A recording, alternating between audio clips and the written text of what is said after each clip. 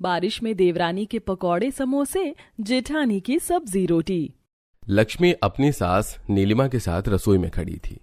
बहू, इस घर में हमेशा साधारण सस्ते पकवान ही बनते हैं, तो तुम खाना हमेशा साधारण ही बनाना। ज्यादा अच्छे पकवान बनाकर खर्च मत बढ़ा देना। जी माँ जी, मैं खर्च को ध्यान में रखते हुए ही सब काम करूंगी। सबके लिए खाने की व्यवस्था कर दे, अजय और विनोद भी आते ही होंगे। नीलिमा रसोई से बाहर चली जाती है। माँ जी ने खास तौर से मुझे बजट पर ध्यान रखने की बात कही है। चलो खाने में सब्जी रोटी बना लेती हूँ, कम खर्च में अच्छा खाना बन जाएगा। लक्ष्मी सब्जी रोटी बनाने में लग जाती है। इधर बाहर घर के हॉल में लक्ष्मी के सास ससुर नीलिमा, राकेश, दादी सास विमला, नंद आरती और पति देवर अजय विनोद ये सब बैठे थे। अजय विनोद, तुमने बात की कारखाने के मालिक से पगार के बारे में? मालिक पगार बढ़ाने से मना कर रहे हैं माँ। वो कह रहे हैं इतनी ही पगार में काम करना है तो करो, वरना काम छोड़ दो। बेटा, इतनी कम कमाई में परिवार का गुजारा चलाना बहुत मुश्किल हो रहा है। मकान का किराया है, बिजली का बिल है, माँ जी और तुम्हारे बाबा की दवाई लानी होती है, ऊपर से घर का राशन, इतने सारे खर्चे हैं। आप क्या करें माँ, हम ठहरे अनपढ़ अनाड़ी, बड़ी मुश्किल से हमें उस कारखाने में काम मिला है। अगर ये काम भी चला गया तो हम क्या करेंगे फिर?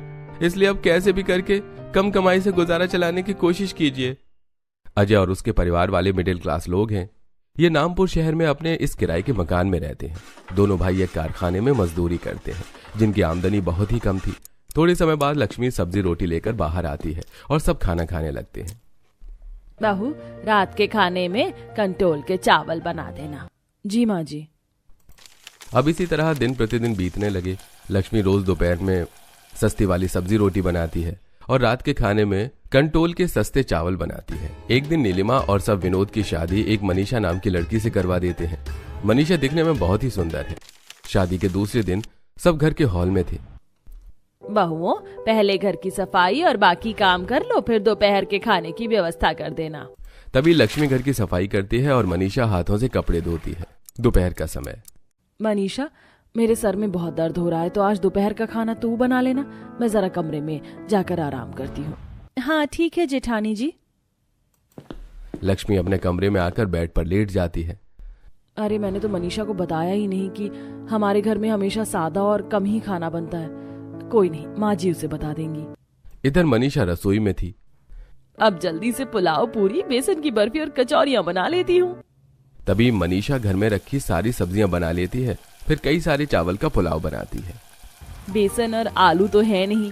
हाँ, जेठानी जी ने कहा था अगर कोई चीज लाना हो तो अपने पड़ोस में शामू काका की दुकान है, वहाँ सब्जी राशन सब कुछ मिलता है। और हमारा तो वहाँ खाता लगा हुआ है ना, तो मैं वहीं से कचौरी और बर्फी बनाने के लिए बेसन मैदा लेकर आती हूँ। तभी मनीषा घर के बाहर आती है, जहाँ पड़ोस में ही एक शामू नाम के आदमी की बड़ी सी दुकान है, जहाँ सब्जी राशन हर चीज मिलती है। शामू काका, मैं नीलिमा जी की छोटी बहू हूँ मनीषा। मुझे 2 किलो बेसन और 1 किलो मैदा दे दीजिए। क्या? इतना सारा बेसन और मैदा? क्यों, हम ले नहीं सकते क्या इतना बेसन और मैदा? अरे ऐसी बात नहीं है बहू, तुम्हारे ससुराल वाले कभी इतना सारा सामान नहीं लेते ना, इसलिए पूछ रहा हूँ मैं। आप दीजिए ना जल्दी, और साथ में गोभी भी दे दीजिए। शामू सारा सामान मनीषा को देता है। ये हमारे खाते में लिख लीजिएगा। मनीषा सारा सामान लेकर रसोई में आती है और फटाफट बेसन की बर्फी, कचौड़ियां बनाने लगती है। दोपहर का समय। अजय विनोद खाना खाने के लिए घर आते हैं। सब घर के हॉल में बैठे थे। तभी लक्ष्मी अपने कमरे से बाहर आती है। लक्ष्मी, जल्दी खाना लेकर आओ। तभी मनीषा अपने बनाए सारे पकवान लेकर बाहर आती है। अब पुलाव, पूरी, सब्जी, बेसन की बर्फी, गोभी की सब्जी और साथ में कचौड़ियां। इतना सब देखकर नीलिमा और सबके होश उड़ जाते हैं। इतना सारा खाना, वो भी हमारे घर में? बड़ी मेहनत लगी है मुझे ये खाना बनाने में। अब चलिए और सब मिलकर मजे से इन सारे पकवानों को खाने का आनंद लीजिए। मनीषा, ये सब क्या है? तुमने इतना सारा खाना क्यों बना लिया? इस घर में इतना सारा खाना नहीं बनता है मनीषा। इतना सब बनाने की क्या जरूरत थी तुम्हें? ये क्या बात हुई भला जेठानी जी? इस घर में आज मेरी पहली रसोई थी, और अपनी पहली रसोई में अपने ससुराल वालों को क्या सब्जी रोटी खिलाती मैं? इसीलिए मैंने इतना सब बनाया। इस घर का राशन तेरे मायके से नहीं आता बहू, जो तूने इतना मन भरकर खाना बना लिया। यहाँ हम एक एक पैसों की इतनी बचत कर रहे हैं और तूने हमारा इतना सारा नुकसान कर दिया। ये सब बनाने से पहले एक बार पूछ तो लेती हमसे। पर माँ जी, मैंने ऐसा कौन सा ज्यादा खर्च कर दिया, बस मामूली से पकवान ही तो बनाए हैं मैंने, उसमें क्या इतना तमाशा करना। तुझे यहाँ अपनी मनमानी चलाने की जरूरत नहीं है बहू, आगे से इस बात का ध्यान रहे। इस घर में रोज दोपहर के खाने में साधारण सब्जी रोटी बनती है और रात को कंट्रोल के चावल। मनीषा बहू, हमारे बच्चों की कमाई बहुत ही कम है और हमारे खर्चे बहुत ज्यादा हैं, इसलिए हम हर छोटी छोटी बातों में बचत करते हैं। कोई बात नहीं, अब मनीषा ने इतने प्यार से इतना सब बना लिया तो हम खा लेते हैं। तभी सब वो सारे पकवान खा लेते हैं। रात का समय मनीषा और लक्ष्मी रसोई में थी। मनीषा, मैं चावल बना देती हूँ, तू दाल बना ले। हम सब्जी बना लेते हैं ना जेठानी जी, मुझे रात के समय चावल खाने की आदत नहीं है। मनीषा को हमेशा अच्छे पकवान खाने की आदत थी। मनीषा, हम सवेरे शाम सब्जी नहीं बना सकते, हमें बजट को ध्यान में रखते हुए खाना बनाना पड़ता है। ये क्या बात हुई भला, खाने पीने के मामले में क्यों यहाँ सब इतनी बारीकी कर रहे हैं? मुझे ऐसा सादा खाना खाने की आदत नहीं है। मैं तेरी परेशानी समझती हूँ मनीषा, पर तू भी अपने ससुराल की परिस्थिति को समझ, और हमारे पतियों की कमाई बहुत कम है। हम यहाँ अच्छा खाना बनाकर फजूल खर्च नहीं कर सकते। ये कैसे बनूसुओं के घर बहू बनकर आ गई हूँ मैं। अगर पहले पता होता कि ये लोग इतनी बारीकीबाज है तो मैं कभी विनोद जी से शादी नहीं करती थी। ऐसा नहीं कहते मनीषा, कभी कभी हमें हालातों के साथ समझौता करना पड़ता है। अगर हमारे पतियों की कमाई ज्यादा होती तो हमें ऐसे परेशानियों से अपना जीवन नहीं बिताना पड़ता। लक्ष्मी मनीषा को अपने ससुराल की सारी परिस्थिति के बारे में बताती है। अगले दिन 11 बजे अचानक बाहर तेज तूफानी बारिश शुरू हो जाती है। ये लो, हो गई बारिश के मौसम की शुरुआत। कितनी अच्छी बारिश हो रही है। मेरे मायके में हम सब बारिश में कितने मजे से पकौड़े समोसे बनाकर खाते थे। चलो, मैं अपने लिए समोसे और पकौड़े बना लेती हूँ। बारिश में समोसे और पकौड़े खाने का मजा ही कुछ और है। तभी मनीषा शामू से समोसे और पकौड़े बनाने का सामान लेकर आती है और रसोई में अपने हाथों से आलू के समोसे और बेसन के पकौड़े बनाने लगती है। इस समय सास और सब अपने कमरों में थी और लक्ष्मी घर में दूसरे काम कर रही थी। इस बारिश के सुहाने मौसम में गर्मा गर्म पकौड़े और समोसे खाने में बड़ा मजा आएगा। थोड़े समय बाद मनीषा पकौड़े, चाय और समोसे लेकर बाहर आती है। मनीषा, ये क्या बनाया तुमने? जेठानी जी आइए ना, हम पकौड़े समोसे खाते। देखिए बाहर कितनी अच्छी बारिश हो रही है। मनीषा बहू, तुझे एक बार में बात समझ नहीं आती क्या? हमने तुम्हें मना किया है ना कि इस घर में फालतू का खर्च करना हमें बिल्कुल पसंद नहीं है। अरे हद हो गई यार, ये कैसा ससुराल है मेरा जहाँ मुझे अच्छा खाना खाने की भी अनुमति नहीं है। तभी अजय और विनोद घर आते हैं। बहुत ज्यादा जुबान न चला अपनी, मैं जितना कह रही हूँ उतना सुन। तू इस घर में ऐसे शौक नहीं कर सकती। इस घर में वही बनेगा जो हम चाहेंगे। क्या हुआ? किस बात को लेकर बहस हो रही है? विनोद जी, मुझे ऐसे घर में रहना ही नहीं है जहाँ मेरे खाने पीने पर भी पाबंदियां लगाई जा रही हो। अरे हद हो गई यार, अच्छा खाना नहीं बनाने दे रहे तो मैंने कहा चलो कोई नहीं, पर अब तो माँ जी मुझे समोसे पकौड़े भी नहीं खाने दे रही। माँ, समोसे पकौड़े खाने में कौन सा इतना खर्च हो रहा है? अब मनीषा का मन था समोसे पकौड़े खाने का तो इसने बना लिया, अब इसमें इतना क्या तमाशा बनाना? विनोद जी, मैं इन सब से बहुत परेशान हो चुकी हूँ। अब मुझे इस घर में अपनी रसोई अलग करनी है। अगर ऐसा नहीं हुआ तो मैं हमेशा के लिए अपने मायके चली जाऊंगी। ये सुनकर सबके होश उड़ जाते हैं। ये क्या बोल रही हो तुम मनीषा? तुम इस घर के 2 हिस्से करना चाहती हो? जी जेठानी जी, अब इस घर का बंटवारा होगा और अब हम अपनी मर्जी से अपने तरीके से अपना जीवन बिताएंगे। हर बार मुझे कोई रोक थाम करे, ये मुझे पसंद नहीं। अच्छा, तो तुझे अपनी रसोई अलग करनी है। ठीक है मनीषा बहू, नीलिमा बहू, अपनी बहुओं का बंटवारा करके इस घर के 2 हिस्से करके दोनों बहुओं की रसोई अलग कर दे। जी माँ जी, शायद अब समय आ ही गया है ये कदम उठाने का। नहीं माँ जी, ऐसा मत कीजिए। आप मनीषा की बात को दिल पर मत लीजिए, मैं इसे समझाऊंगी। नहीं जेठानी जी, अब मुझे अपनी रसोई अलग ही करनी है। ठीक है बहू, तू अपने कमरे में अपनी रसोई लगा ले और लक्ष्मी बहू रसोई में उसकी रसोई बनाएगी। अब तुम दोनों बहुओं को अपने तरीके से जैसे जीना है तुम वैसे जियो। तुम्हें अब कोई रोकथाम नहीं करेगा। अब तुम्हें इस घर के भी और अपने खुद के खर्चे भी खुद ही उठाने हैं। माँ, आप, बाबा, दादी, माँ और आरती सब आप हमारे साथ रहेंगे। नहीं अजय, सब तुझ अकेले पर क्यों बोझ बने? विनोद पर भी हमारी जिम्मेदारी है, इसलिए अब दोपहर का हमारा खाना लक्ष्मी बहू बनाएगी और हम रात का खाना मनीषा बहू बनाएगी। अब हमारा काम इस घर में केवल खाना और सोना है। घर के सारे खर्च अब दोनों बहुओं को संभालना है। ठीक है माँ।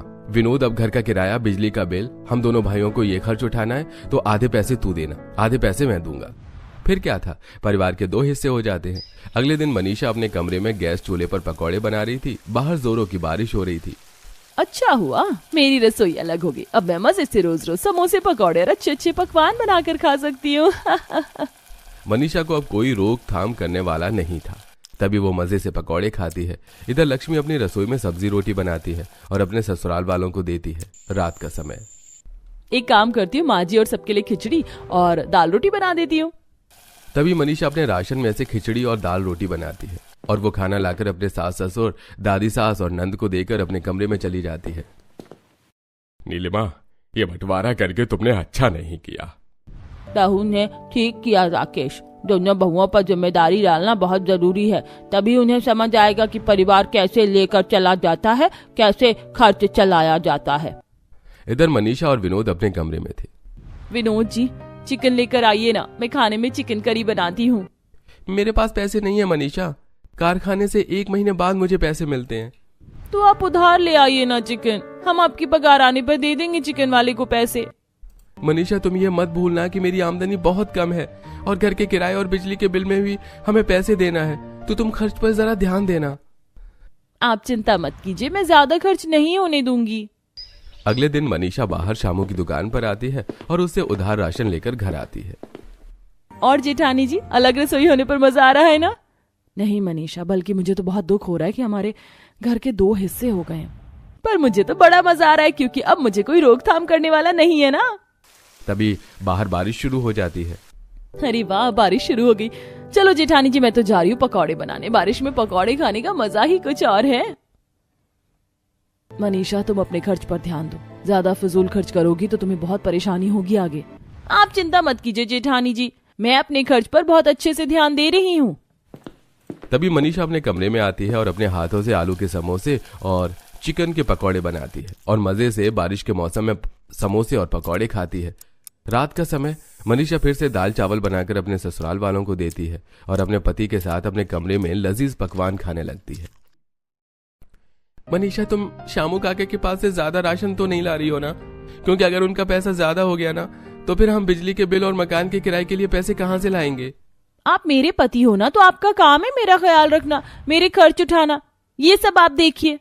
अब इसी तरह दिन प्रतिदिन बीतने लगे। मनीषा हर रोज शाम को शामू की दुकान से राशन उधार लाने लगी और मजे से अच्छे अच्छे पकवान बनाकर खाने लगी। और जब भी बारिश होती थी तो वो हर बार बारिश में समोसे पकौड़े बनाकर खाती थी।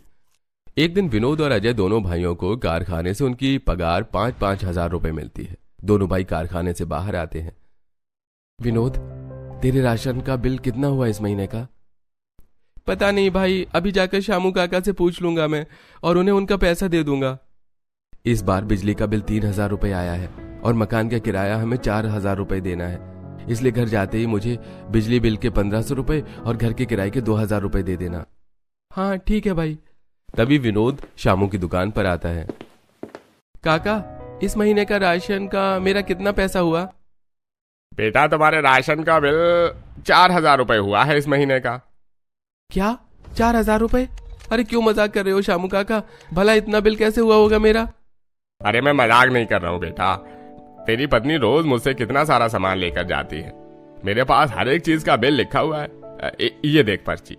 शामू विनोद को उसके महीने भर के राशन का बिल देता है। अरे बाप रे, मनीषा ने इतना सारा राशन लिया था। ला भाई, अब जल्दी से मेरा पैसा दे, मुझे दुकान से माल भरना है। अगर 4,000 रुपए मैं शामू काका को दे दूंगा तो फिर घर का किराया और बिजली के बिल में कहां से पैसे दूंगा? तभी विनोद शामू को 4,000 रुपए दे देता है। तभी वहां अजय आता है। शामू काका, इस महीने का मेरे राशन का बिल कितना हुआ? तुम्हारा 1,100 रुपए बिल हुआ है।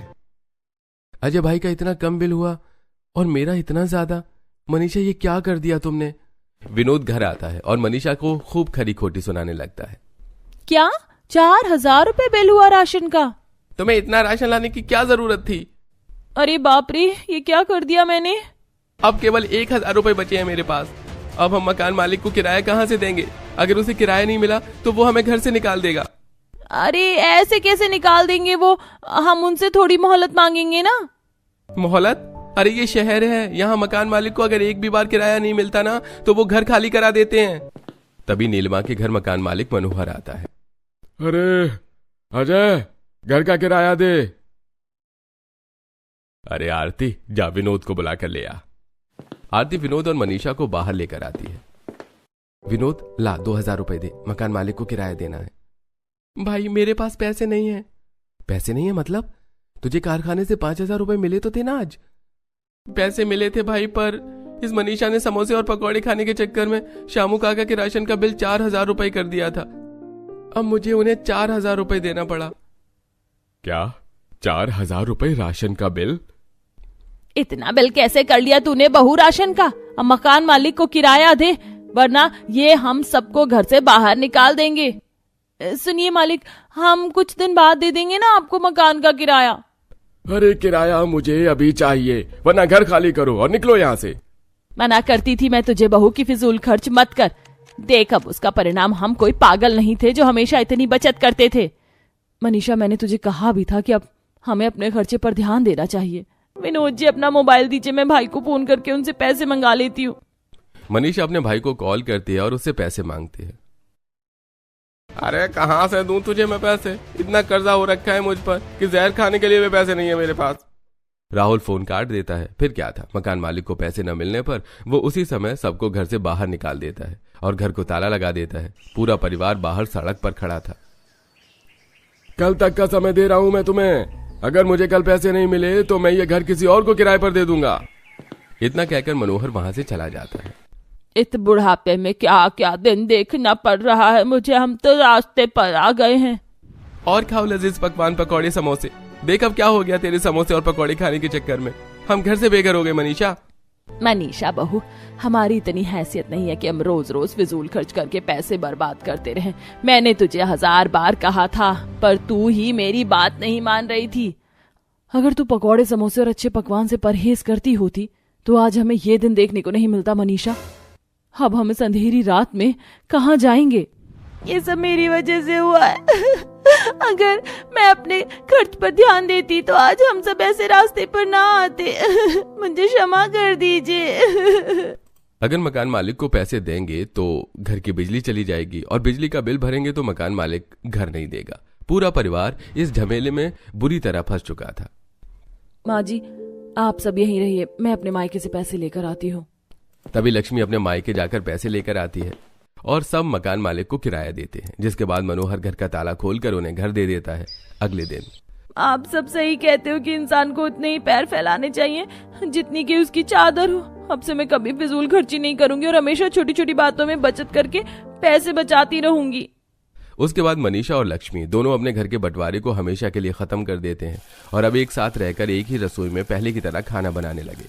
उसके बाद मनीषा ने अच्छे पकवान खाना, फिजूल खर्च करना, ये सब हमेशा के लिए बंद कर दिया और वो अपने ससुराल में हर बात में बचत करके खुशी खुशी अपने ससुराल वालों के साथ अपना जीवन बिताने लगी।